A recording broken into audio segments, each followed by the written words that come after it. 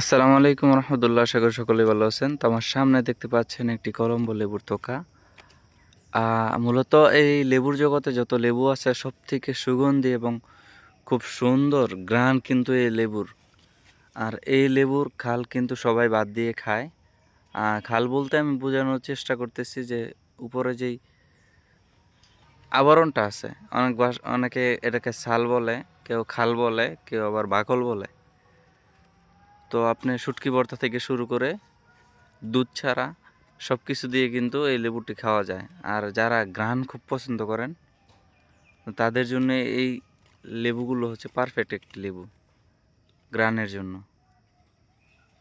আমরা মূলত বাজার থেকে যে লেবুগুলো খেয়ে থাকি সিডলেস, সে লেবুতে কিন্তু কোনো ঘ্রাণ থাকে না। আর লেবুর কিন্তু মানুষ রস খায় না, ঘ্রাণ খায়। অনেকে ঘ্রাণ খায়, আবার অনেকে রস খায়।